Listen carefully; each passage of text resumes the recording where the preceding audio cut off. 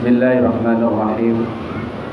Innal hamdalillah nahmaduhu wa nasta'inuhu wa nastaghfiruh wa natubu ilaihi wa na'udzu billahi min shururi anfusina wa min sayyiati a'malina.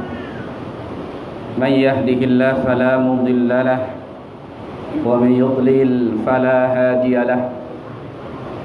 Asyhadu an la ilaha illallah wahdahu la syarika lah wa asyhadu anna Muhammadan abduhu wa rasuluh sallallahu alaihi wa ala alihi wa sallama tasliman mazidah.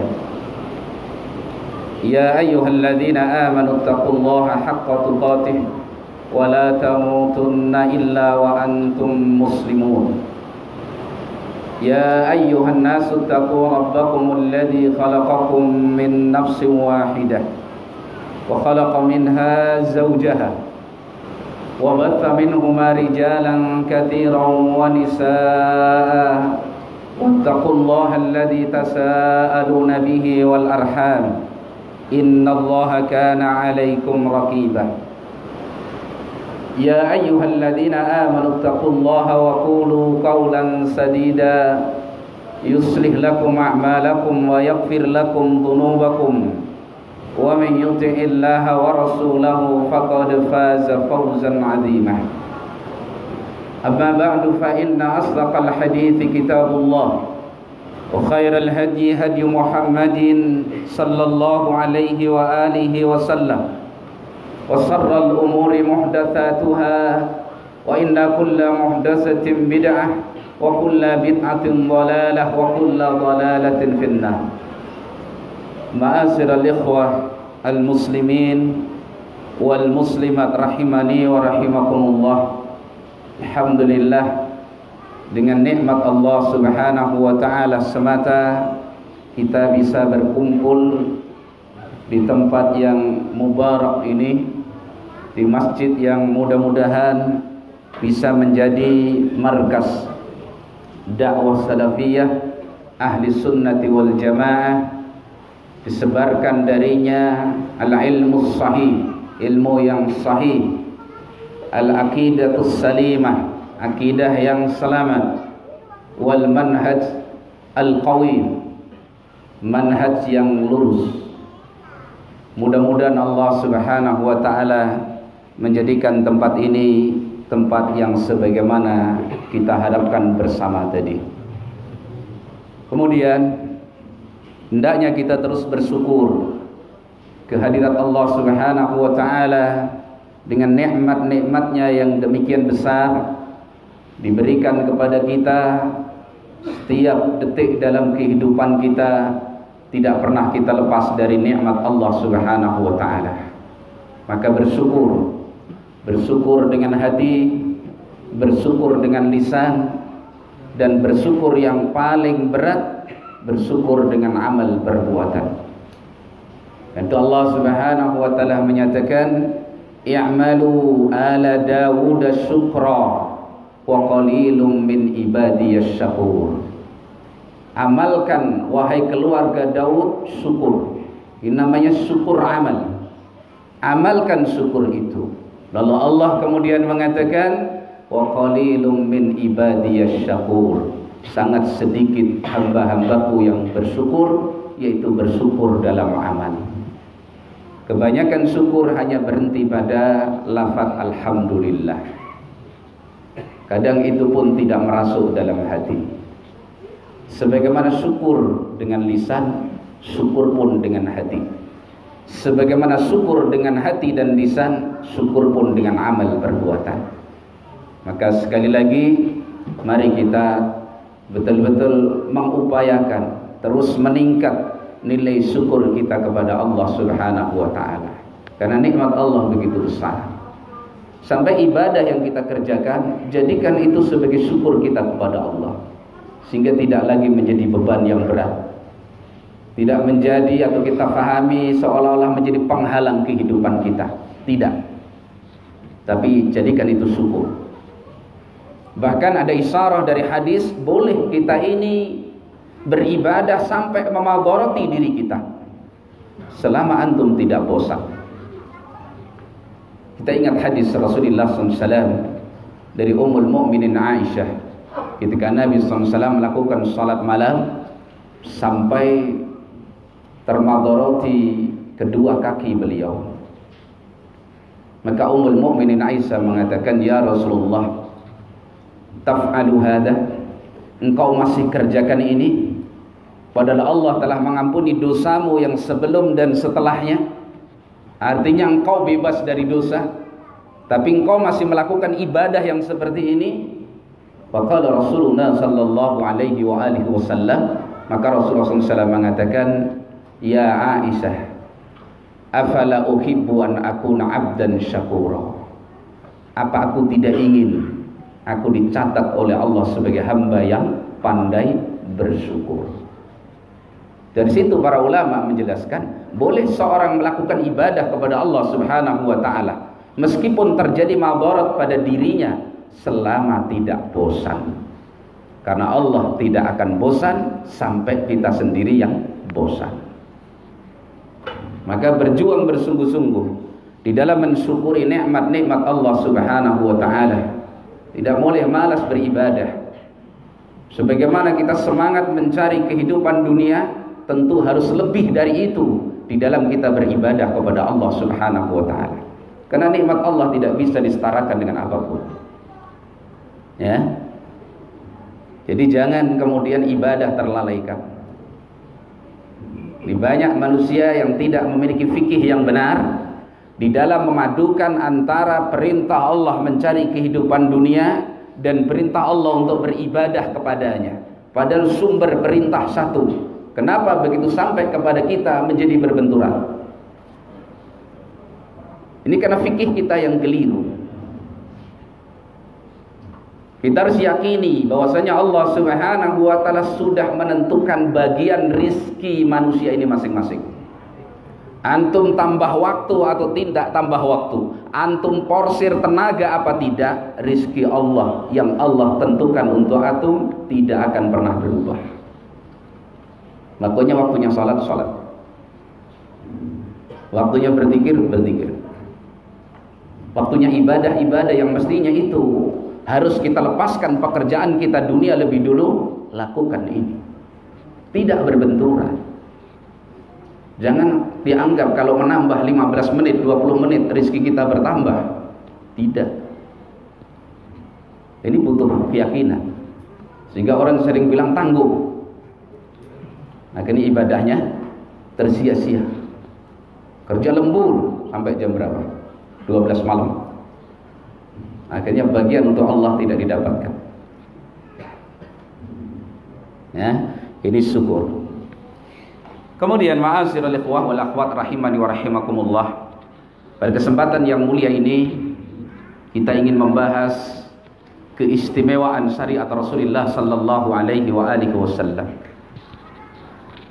Di sini ingin saya bacakan risalah dari Syekh Abdul Muhsin Al-Abbad Al-Badr hafidhahullahu ta'ala, yaitu risalah Al-Hassu al-Ittiba'is Sunnah, dorongan supaya kita mengikuti sunnah Rasulullah sallallahu alaihi wa alihi wasallam, wa tahdhiru minal bid'ah wa bayanu khatariha, dan peringatan keras dari bid'ah dan keterangan tentang bahayanya bid'ah.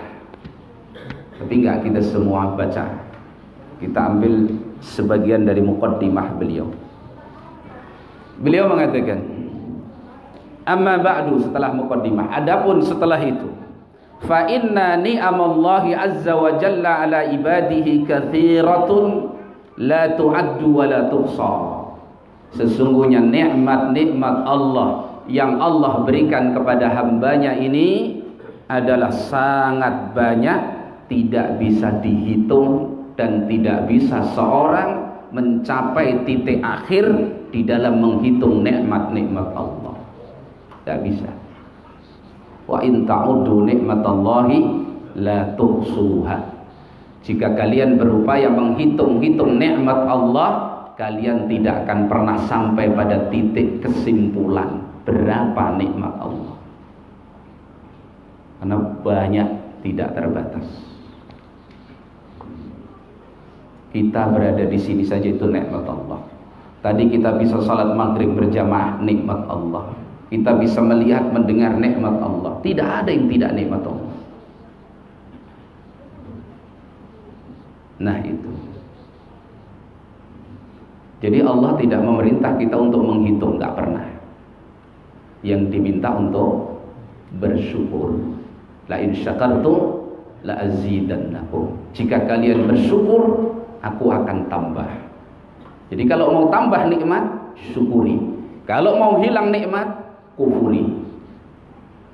Wala in kafartum inna adzabi lasyadid. Kalau kalian kufur akan nikmatku, maka permaklumkan azabku sangat pedih. Jadi sederhana, tapi perlu dimasukkan ke dalam jiwa kita, dalam hati kita. Bahwa nikmat Allah kepada kita ini banyak. Coba kalau dipikir apa faidahnya. Faidah yang paling besar diantaranya membuat kita tidak malas beribadah. Lalu kita ini diberi orang sesuatu aja, Masya Allah. Misalkan antum diberi apa, perangkat hidup diberi, apalagi sampai diberi mobil gitu. Dipanggil yang memberi mobil itu, hujan apa enggak hujan berangkat. Kenapa beda dengan Allah SWT? Nah makanya tadi sederhana seperti ini perlu kita tanamkan dalam jiwa kita, bahwa semua yang ada pada kita ini nikmat Allah. Kita takut kalau berubah menjadi azab. Kenapa? Kita tidak mensyukurinya, bahkan kita kufuri. Ya, nah itu. Baik. Jadi pahami, nikmat Allah Subhanahu wa taala sangat banyak, tidak mungkin dihitung sampai titik kesimpulan jumlah nikmat tersebut, nggak bisa. Setiap hari air yang kita pakai sudah berapa liter? Sampai umur berapa ini? 60 tahun misalnya, 50 tahun. Gak bayar. Belum oksigen. Orang sesak napas masuk rumah sakit, dioksigen, jadi bayar. Adapun kita begini, gak bayar. Allah gak minta apa-apa. Cuma suruh ibadah. Itulah syukurnya. Kadang nggak kita sadari seperti itu. Ya, baik. Kemudian beliau terangkan, Syekh Abbad hafizahullah taala, wa ajallu ni'matin an'ama Allahu biha 'alal insi wal jin fi akhir zaman an ba'asa fihim rasulahul karim Muhammadan alaihi salatu wassalam. Dan paling tingginya, paling mulianya nikmat yang Allah berikan kepada dua makhluk, yaitu manusia dan jin pada akhir zaman ini adalah dengan Allah mengutus di tengah mereka Rasul yang mulia Muhammad sallallahu alaihi wasallam. Itu nikmat Allah ya. Diutusnya Rasulullah sallallahu alaihi wa alihi wasallam. Nikmat Allah. Wa atamma wa ballaghahum ma arsala bihi ilaihim min rabbihim 'ala tamam. Dan Rasul yang mulia alaihi salatu wassalam ini menyampaikan risalah yang datangnya dari Allah dengan sesempurna-sempurnanya penyampaian. Jadi Rasul itu nikmat Allah yang sangat besar. Karena dengan mensyukuri nikmat ini kita bisa masuk surga. Diutusnya Rasulullah sallallahu alaihi wasallam itu nikmat. Coba sifat Nabi sallallahu alaihi wasallam. Allah gambarkan dalam Al-Qur'an, dalam surat At-Taubah. Allah Subhanahu wa taala menyatakan, laqad ja'akum rasulun min anfusikum azizun 'alaihi ma anittum harisun 'alaikum bil mu'minina raufur rahim. Ini sifat Rasul kita yang mulia alaihi salatu wassalam. Allah katakan, sungguh telah datang ke tengah-tengah kalian seorang Rasul dari diri kalian sendiri. Bagaimana sifat Rasul ini? Azizun alaihi ma anittum. Berat bagi beliau apa yang berat bagi umatnya ini. Masya Allah. Jadi seluruh hidup beliau alaihi salatu wassalam demi umatnya. Berat bagi Rasul ini, apa yang berat bagi kita? Kan itu Rasulullah SAW berjuang sekuat tenaga agar umat ini tidak terberatkan dalam kehidupan di dunia ini. Sampai beliau menegaskan di dalam hadis yang diriwayatkan oleh Imam Bukhari dan Muslim, inna hadzal din yusrun, sesungguhnya agama ini mudah. Datang para sahabat kepada Nabi SAW, menunggu Rasulullah SAW di masjid ketika salat tarawih. Beliau keluar 2 malam, pada malam 2 atau 3 malam. Kemudian para sahabat menunggu supaya Nabi melanjutkan salat tarawihnya. Salat tarawih yang pertama dari ba'da isya sampai pertengahan malam. Ada di sini? Gak ada. Malam yang kedua beliau keluar sampai 1/3 malam yang akhir dari ba'dal isya. Pada malam yang terakhir beliau keluar sampai menjelang habis waktu sahur, sampai sahabat khawatir nggak kebagian waktu sahur. Semangat sahabat. Mereka meminta, ya Rasulullah, andaikan engkau tetapkan untuk melaksanakan sholat seperti ini.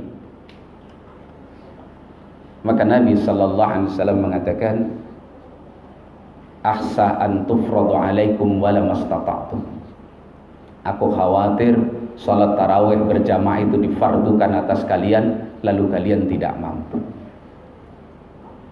Ini pikiran Rasulullah SAW, memikirkan umatnya. Hatta barangkali para sahabat mampu, belum tentu umat yang setelahnya mampu. Buktinya kita, Masya Allah. Panjang sedikit pindah masjid, dari yang kulhu sama, Masya Allah. Jadi azizun alaihi ma'anitum, berat bagi Nabi ini apa yang berat bagi umatnya.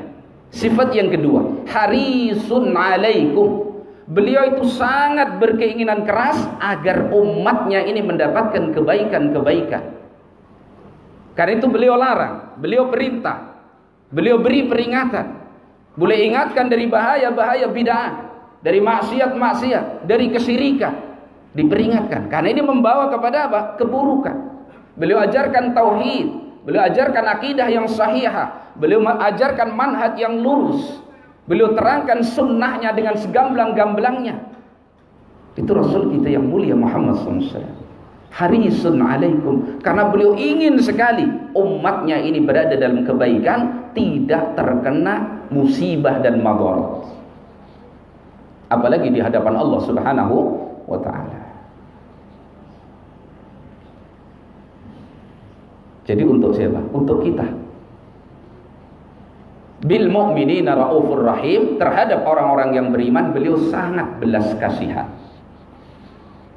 Ini 3 sifat dalam ayat ini yang disebutkan oleh Allah Subhanahu wa ta'ala tentang sifat Rasul kita yang mulia Muhammad sallallahu alaihi wa alihi wasallam. Maka cintai beliau. Kan itu wajar Nabi SAW ketika beliau mengatakan dalam hadis yang diriwayatkan oleh Imam Bukhari dan Imam Muslim dari sahabat yang mulia Anas bin Malik radhiyallahu anhu, Rasulullah sallallahu alaihi wasallam bersabda, la yu'minu ahadukum hatta akuna ahabba ilaihi min waladihi wa walidihi wan nasi ajma'in. Dalam hadis riwayat dari Abi Hurairah radhiyallahu anhu, dalam riwayat Imam Bukhari dan Muslim, didahulukan bapak daripada anak. La yu'minu ahadukum hatta akuna ahabba ilaihi min walidihi wa waladihi wan nasi ajma'in.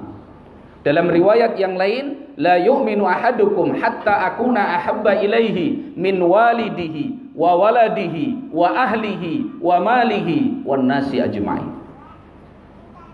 Tidak beriman salah seorang di antara kalian, maksudnya tidak sempurna iman salah seorang di antara kalian sampai diriku, kata Nabi, lebih dia cintai daripada anak keturunannya, daripada orang tuanya, daripada istrinya, daripada hartanya, dan daripada seluruh manusia.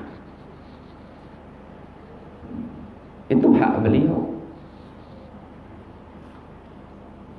Jadi mencintai Rasulullah SAW hukumnya wajib. Semakin bagus cinta kita kepada Nabi, semakin tinggi kedudukan kita di hadapan Allah Subhanahu wa ta'ala. Maka cintai Rasulullah SAW, dicintai. Sampai dalam satu kisah, ini dibuktikan oleh para sahabat. Kalau para sahabat sudah tidak diragukan lagi kecintaan mereka kepada Rasulullah sallallahu alaihi wasallam, jangankan harta, jangankan istri dan anak, nyawa mereka diberikan demi kekasih mereka Rasulullah sallallahu alaihi wasallam. Dalam kisah hijrah, Rasulullah SAW ketika dikepung rumahnya, di pagar betis begitu, perhitungan manusia mati. Rasulullah SAW, perhitungan mereka yang mengepung rumahnya mati.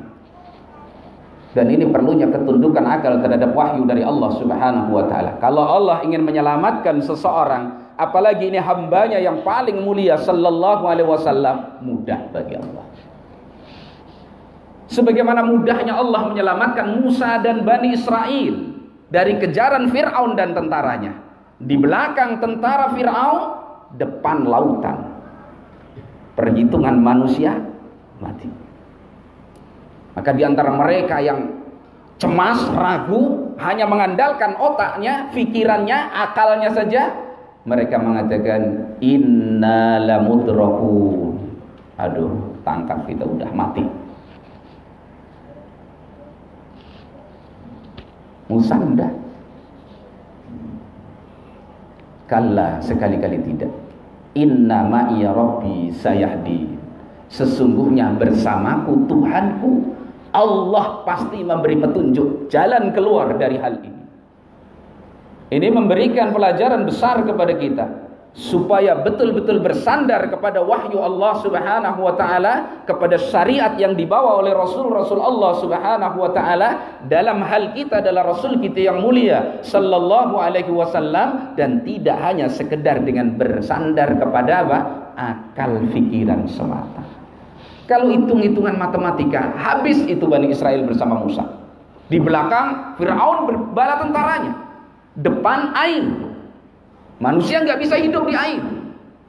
Sifat air menenggelamkan. Tapi Musa dengan tawakulnya kepada Allah, ketika mendengar ucapan orang-orang yang khawatir dan hanya berpikir dengan akalnya, oh kita pasti tertangkap, kata Musa, sekali-kali tidak. Bersamaku Tuhanku sayahdin, pasti Allah memberikan jalan keluar. Betul, diberikan jalan keluar. Air yang cair, yang sifatnya menenggelamkan, Allah jadikan supaya menggumpal beku. Air makhluknya Allah. Ketika Allah perintah jadi beku, sehingga keselamatan bagi kaum muslimin pada saat itu. Maka dalam semua hal jangan hanya mengandalkan akal pikiran. Udah. Tidak setiap yang sekolah, kuliah, kemudian di fakultas ekonomi dengan nilai yang mumtaz misalkan, lalu dia jadi orang kaya, pintar cari rezeki. Tidak juga. Yang jadi gembel juga banyak. Iya, nenteng maaf sana kemari nggak dapat kerjaan. Yang nggak sekolah sama sekali Allah banjirkan kepadanya rezeki yang melimpah, banyak contoh. Ini menunjukkan hanya sekedar perhitungan manusia nggak cukup, nggak bisa. Ya, ini contoh bagaimana supaya kita bersandar betul kepada Allah Subhanahu wa ta'ala. Tidak sekedar mengotak-atik syariat Allah dengan akal pikiran semata. Nabi selamat dikepung rumahnya, berjalan menuju rumah Abu Bakar As-Siddiq. Kemudian berbisik kepada sahabatnya yang sangat dicintainya, yaitu Abu Bakar As-Siddiq radhiyallahu an. Beliau mengatakan al-hijrah. Aku sudah diperintah hijrah. Lalu Abu Bakar berbisik kepada Rasulullah SAW, as-suhbah ya Rasulullah. Aku yang menemani ya Rasulullah. Qala na'am. Nabi mengatakan iya. Langsung melonjak, menangis terseduh-seduh Abu Bakar As-Siddiq. Nangis. Dengan tangisan yang luar biasa. Sampai Ummul Mukminin Aisyah radhiyallahu anha mengatakan, aku tidak pernah tahu ternyata ada orang menangis karena saking gembiranya. saking gembiranya menangis. Abu Bakar Siddiq. Coba hijrah. Nabi disayembarakan untuk dibunuh. Menemani Nabi hijrah, melindungi Nabi hijrah, bersekutu dengan Rasulullah SAW dalam hijrah, resikonya nyawa. Tapi begitu dikabarkan kepada Abu Bakar bahwa dia yang menemani, melonjak gembira, nangis terseduh-seduh, saking gembiranya. Inilah cinta beliau. Nyawa nggak jadi masalah. Yang penting Rasul Sallallahu Alaihi Wasallam selamat. Sampai ketika dalam sejarah dikabarkan masuk ke gua Thur, bersembunyi, beristirahat dan bersembunyi di situ karena disebarkan sayembara. Siapa yang bisa bawa Muhammad hidup atau mati, akan kita berikan mahkota Arab di kepalanya. Disayembarakan, mahal Rasulullah SAW. Satu orang bikin gempar seluruh Arab. Satu orang jangan pikir gempar gunter saja. Disayembarakan Rasulullah SAW. Begitu mau masuk ke gua Tur, Abu Bakar, ya Rasulullah, saya dulu yang masuk. Diamankan tempat. Lubang-lubang di situ ditutup semua. Khawatir ada binatang berbisa yang nanti keluar memadoroti. Yang dipikirkan Rasulullah Sallallahu Alaihi Wasallam. Disumbat semua lubang-lubang itu, dirasa sudah aman. Dia datangi Rasulullah, siap ya Rasulullah, masuk. Maka Abu Bakar menyelonjorkan kakinya, berbaringlah kekasihnya Rasulullah SAW. Karena saking penatnya tertidur beliau di pangkuan Abu Bakar Siddiq. Abu Bakar diam, tidak bergerak, napas pun ditahan, tidak terlalu keras agar tidak membangunkan Rasulullah Sallallahu Alaihi Wasallam. Dia tidak ingin mengganggu kekasihnya. Allahu Akbar.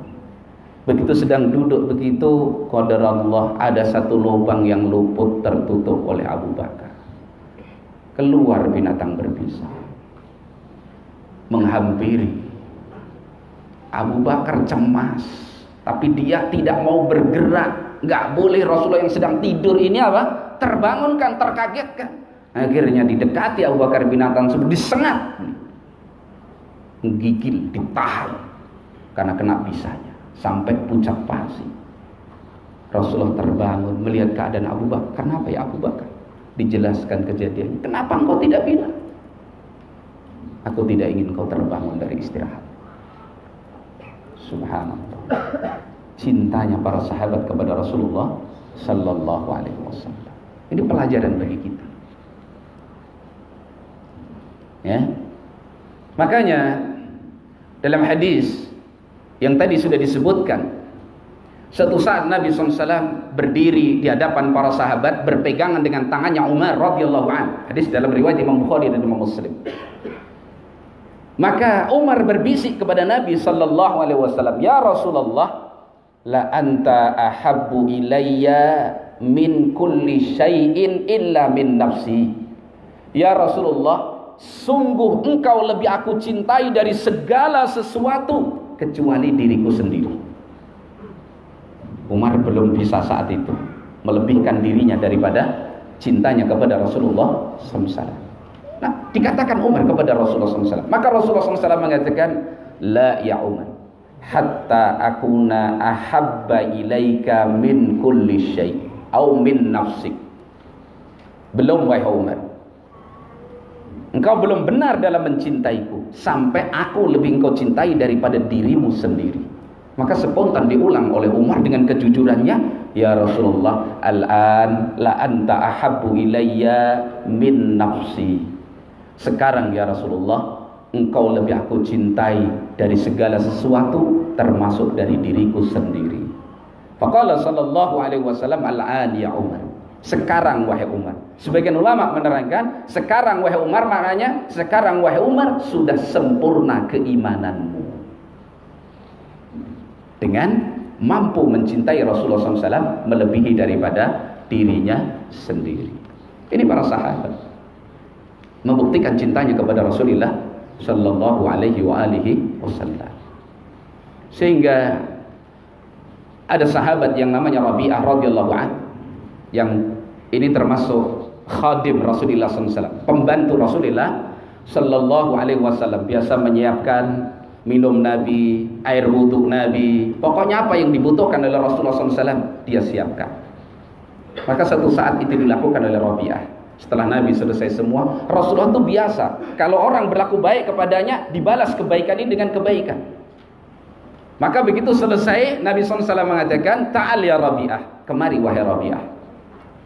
Perhatikan, Masya Allah. Labbaik ya Rasulullah, siap. Maka Nabi SAW mengatakan, ya Rabi'ah sal, wahai Rabi'ah mintalah. Nabi mau memintakan kepada Allah untuk Rabi'ah ini apa yang dia inginkan. Maka Nabi tanya, ya Rabi'ah sal, wahai Rabi'ah mintalah. Faqala, maka Rabi'ah mengatakan, as'aluka murafaqataka fil jannah. Masya Allah, permintaan para sahabat. Rabi'ah radhiyallahu anhu, ya Rasulullah, aku minta satu hal, aku bisa menemani engkau di surga. Allahu Akbar. Spontan keluar dari hatinya, tidak direkayasa. Berarti itulah isi hati para sahabat. Begitu ada kesempatan meminta, dia minta, ya Rasulullah, as'aluka murafaqataka fil jannah, aku meminta bisa menemanimu di surga. Sampai Nabi mengulangi, aw ghairan dzalik ya Rabi'ah, adakah permintaan yang lain ya Rabi'ah? Qal huwa dzaka ya Rasulullah, hanya itu ya Rasulullah, gak ada yang lain. Andai kan mau minta yang lain boleh, tapi dia cukup. Kalau ini sudah terpenuhi, cukup. Semua kebaikan sudah dia miliki, tidak perlu yang lain. Maka Nabi SAW mengatakan, a'inni ala dzalika bi kasratis sujud, tolong aku supaya terpenuhi permintaanmu itu dengan memperbanyak sujud. Ini bukti bagaimana para sahabat mencintai Rasulullah Sallallahu Alaihi Wasallam. Ada kisah seorang sahabat, ini sebagai inspirasi kita ya, supaya kita memahami bagaimana kedudukan Rasulullah di hati para sahabat, yang dengan itu harapannya kita bisa berupaya mencontoh mereka. Ada seorang sahabat datang kepada Nabi Sallallahu Alaihi Wasallam, tergopoh-gopoh datang kepada Nabi, memandangi Rasulullah SAW. Dipuas-puaskan dia di dalam memandang Rasulullah Sallallahu Alaihi Wasallam. Setelah selesai, kemudian dia mengatakan, ya Rasulullah, kalau aku berada di rumah, lalu aku ingat engkau, la asbir hatta akhruju minal bait li'araka. Ya Rasulullah, kalau aku berada di rumah, aku tidak bisa sabar ketika muncul kerinduanku kepadamu sampai aku keluar rumah mencarimu, sekedar ingin memandang wajahmu, mendengar perkataanmu. Allahu Akbar. Jadi dia nggak sabar di rumah, rindu sama Nabi SAW, nggak bisa, nggak betah. Sampai dia keluar rumah cari Nabi SAW, sampai ketemu, dipandang Nabi, didengar tutur katanya, terobati kerinduan beliau radhiyallahu anhu. Lalu apa yang dituturkan oleh sahabat? Tapi ya Rasulullah, aku ini bersedih kalau ingat kematianku dan kematian. Kata Nabi, kenapa? Kalau aku mati, lalu aku masuk surga, aku berada dalam kedudukanku, sedang engkau berada dalam kedudukanmu sebagai utusan Allah, kedudukan yang tinggi. Seakan-akan hatinya mau mengatakan, ya Rasulullah, kalau aku kangen seperti apa? Jadi di dunia ini kalau dia rindu, gak sabar, gak mampu menahan diri, sampai keluar mencari Rasulullah SAW. Dia pikirkan ini sampai di akhirat. Andaikan aku mati ya Rasulullah, dan engkau mati, aku masuk surga dalam kedudukanku, engkau masuk surga dalam kedudukanmu. Kalau aku rindu dan kangen kepadamu, apa aku bisa ketemu? Itu difikirkan oleh sahabat ini. Allahu Akbar. Jadi mikirnya nanti sampai di akhir. Pernah terfikir di kita? Kadang-kadang orang sekarang lebih mengklaim mencintai Rasulullah Sallallahu Alaihi Wasallam. Mereka generasi yang sudah mewujudkan semua itu untuk Rasulullah SAW. Belum lagi kalau kita baca sejarah bagaimana perang Uhud. Di sana Nabi SAW terjatuh di lubang, diserang oleh pasukan musyrikin. Satu demi satu para sahabat memberikan dirinya, jiwa raganya demi membela kekasihnya Rasulullah sallallahu alaihi wasallam. Sampai kisah yang masyhurah dari Abu Dujanah radhiyallahu an, ketika Nabi mendongakkan kepala ingin melihat keadaan, kata beliau, "Jangan ya Rasulullah, jangan. Keadaan sangat genting, jangan ya Rasulullah. Biar leherku ini menjadi taruhannya." Akhirnya dilindungi serbuan anak panah yang begitu deras, dilindungi oleh Abu Dujanah ini dengan punggungnya Rasulullah SAW ini. Sampai dikisahkan dalam sejarah, punggung beliau itu seperti landak, penuh dengan barisan anak panah menempel di situ, demi membela kekasihnya Rasulullah Sallallahu Alaihi Wasallam. Ini iman. Bersama itu mereka tidak pernah menyelisihi sunnah Rasulullah SAW, nggak pernah menyanjung Nabi berlebih-lebihan, nggak pernah. Cinta yang benar tidak mungkin menyelisihi orang yang dia cintai. Tidak seperti orang-orang yang cintanya palsu hari ini, mengatakan cinta kepada Nabi, sedang setiap hari dengan sengaja menyelisihi sunnah Rasulullah Sallallahu Alaihi Wasallam. Nah ini ya, ini Rasul kita yang mulia Sallallahu Alaihi Wasallam. Maka berupaya dibangun dalam jiwa kita ini cinta kepada Nabi SAW. Cintai Rasulullah SAW. Nikmati bercinta dengan Rasulullah SAW. Barangkali luput dari benak dan fikiran kaum muslimin untuk melantunkan doa kepada Allah agar bisa masuk surga dalam shaf Rasulullah Sallallahu Alaihi Wasallam. Barangkali tidak pernah ada kerinduan di hati kita untuk bertemu dan memandang Rasulullah Sallallahu Alaihi Wasallam. Pernah bandai berdoa meminta bertemu Nabi SAW di akhirat? Masya Allah. Ya. Nah ini kedudukan Rasulullah Sallallahu Alaihi Wasallam. Kemudian beliau Syekh Al-Abbad hafizahullah taala beliau mengatakan, waqad qala al-Imam Muhammad ibn Muslim ibn Shihab Az-Zuhri, Imam Az-Zuhri rahimahullahu taala mengatakan, ini untuk mengatakan bahwa Rasulullah SAW itu menerima risalah dari Allah Subhanahu wa taala. Risalah berasal dari Allah Subhanahu wa taala. Yang menerima risalah siapa? Rasulullah Sallallahu Alaihi Wasallam. Yang berkewajiban menyampaikan risalah siapa? Rasulullah Sallallahu Alaihi Wasallam. Imam Az-Zuhri mengatakan, minallahi azza wa jalla ar-risalatu. Dari Allah Subhanahu wa taala risalah itu berasal. Jadi bukan dari Rasulullah SAW, bukan dari para ulama kita, bukan. Risalah ini dari siapa? Dari Allah Subhanahu wa ta'ala. Wa ala Rasulillahi sallallahu alaihi wasallam al-balagh. Kata Imam Az-Zuhri, dan kewajiban Rasul kita yang mulia sallallahu alaihi wasallam adalah menyampaikan risalah itu apa adanya kepada umatnya. Nah kalau kita mengikuti Rasulullah, sampaikan apa adanya, tidak usah ditutup-tutupi.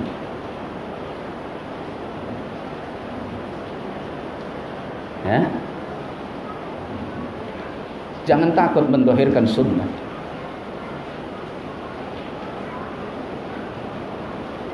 Sunnah itu baik kok. Kebaikan harus dinampakkan. Kebaikan membawa keberkahan.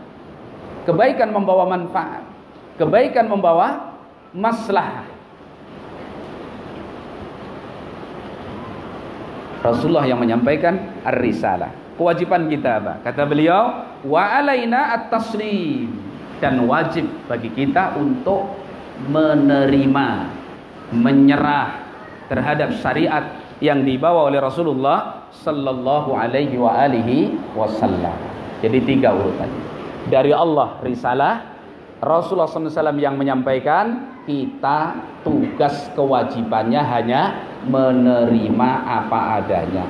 Jangan menambah, jangan mengurangi, jangan mengoreksi, jangan bikin-bikin. Terima aja apa yang datang dari Nabi, dari Rasulullah sallallahu alaihi wasallam. Ya. Nah, kemudian Rasulullah sallallahu alaihi wasallam sudah menyampaikan risalah ini. Sehingga Nabi SAW menjadi puncak nikmat karena permasalahan ini. Rasulullah SAW itu menjadi nikmat Allah yang sangat agung karena tugas yang beliau emban, yaitu apa? Menyampaikan risalah. Allah Subhanahu wa taala menyatakan, "Ya ayyuhar rasul, balligh ma unzila ilaika min rabbik, wa illam taf'al fama ballaghta risalatah. Wallahu ya'simuka minan nas."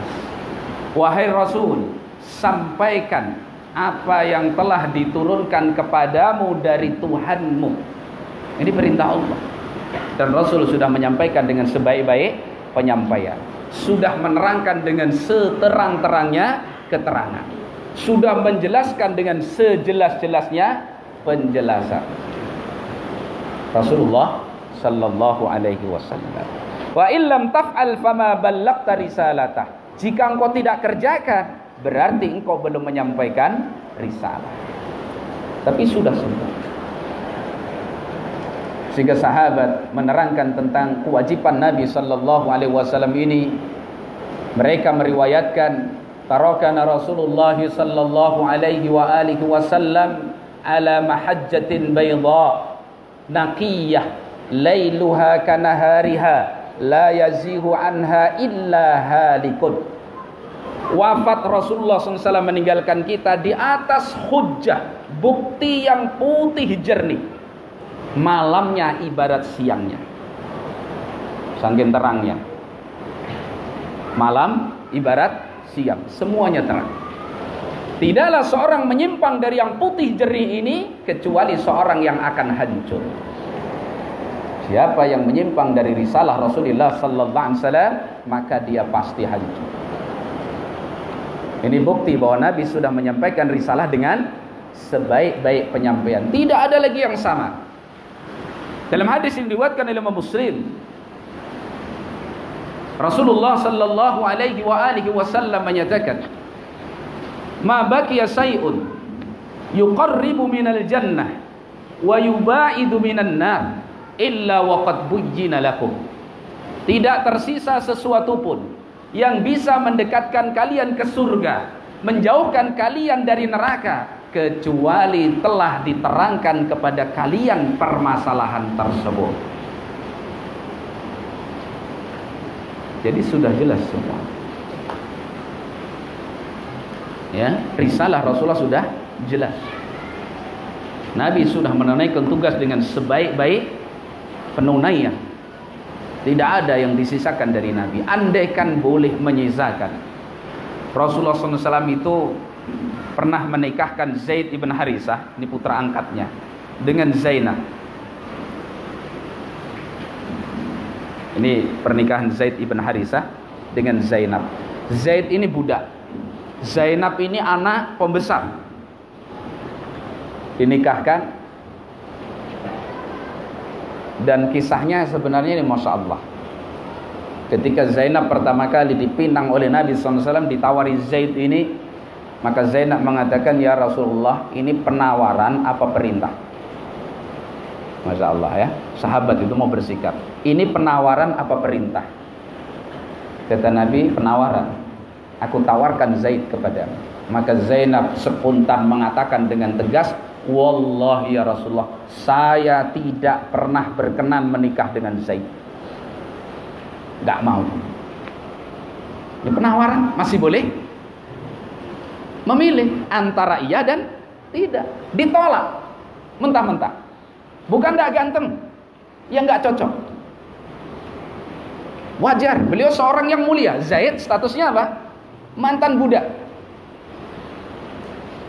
Maka datang yang kedua, Rasulullah SAW meminang kembali. Lalu membacakan ayat Allah Subhanahu wa taala. "Wa ma kana lil mu'minin wa la mu'minatin idza qadallahu wa rasuluhu amran ay yakuna lahumul khiyaratu min amrihim."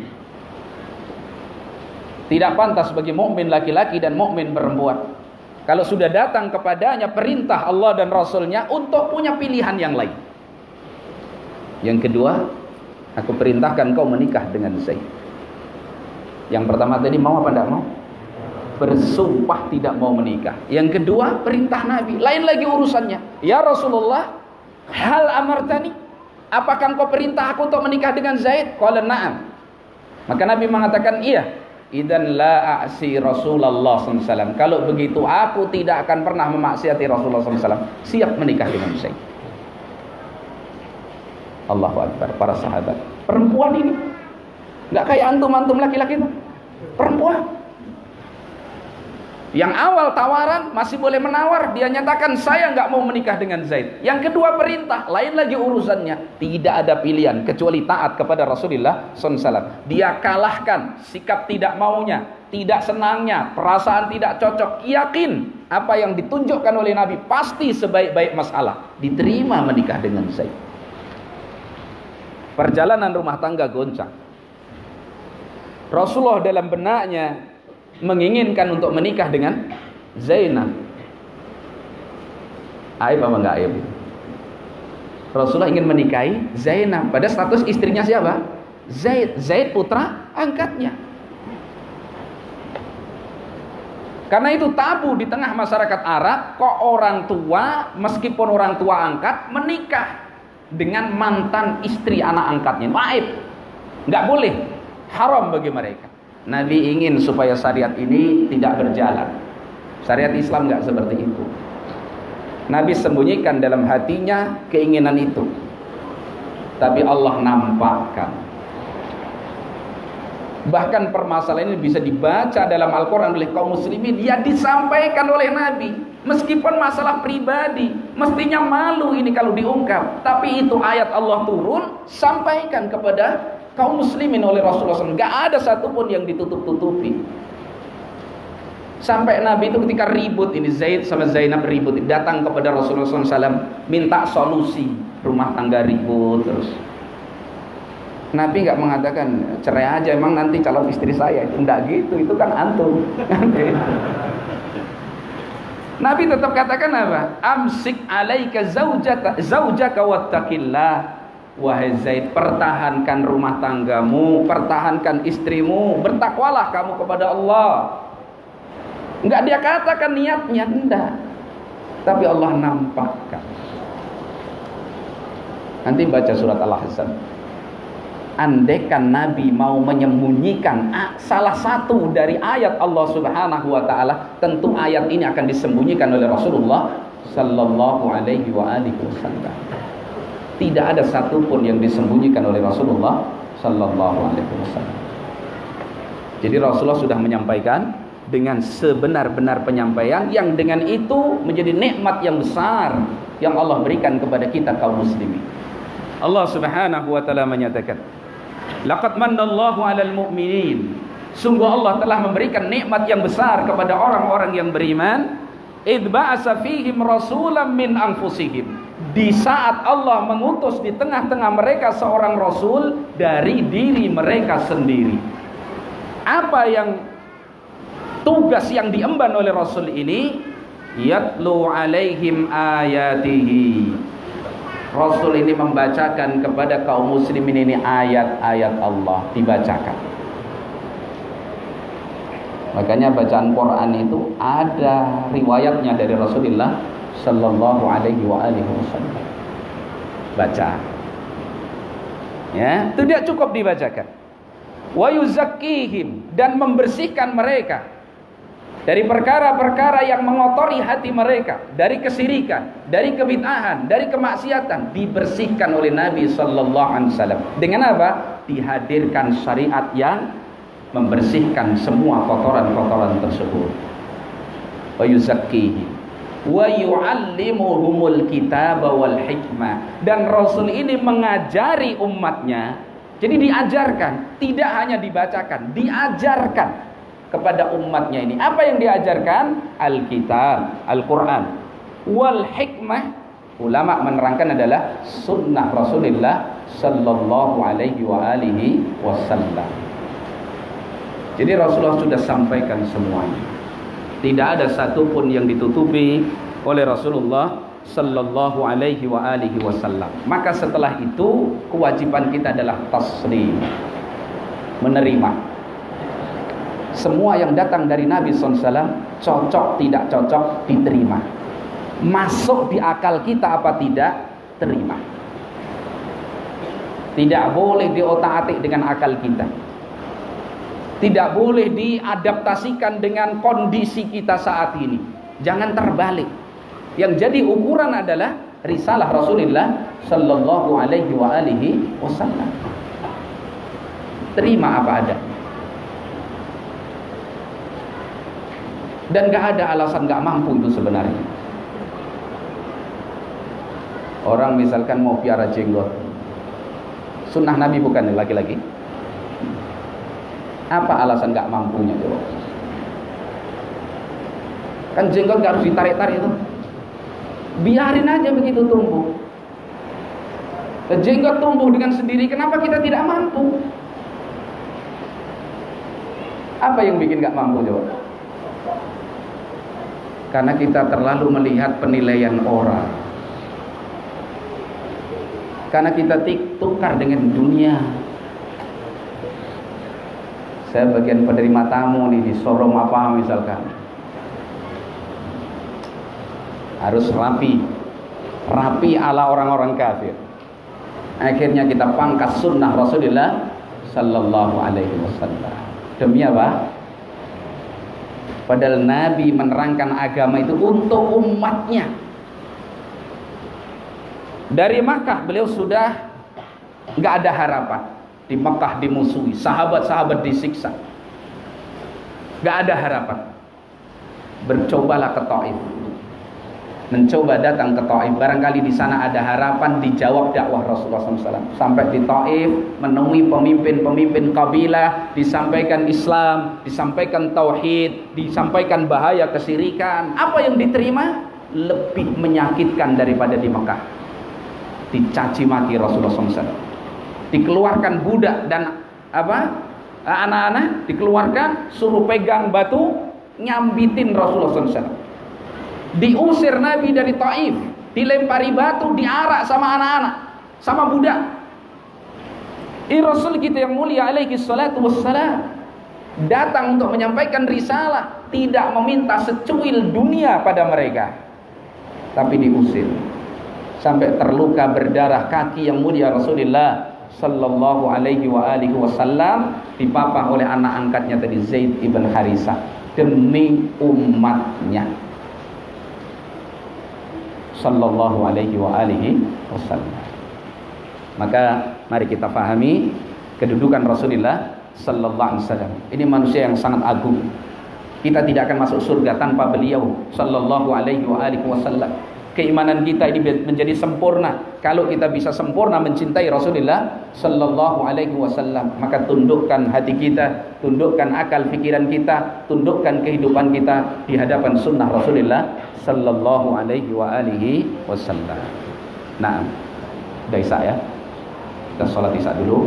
Nanti insyaallah kita lanjutkan ba'da Isya. Wallahu a'lam bissawab.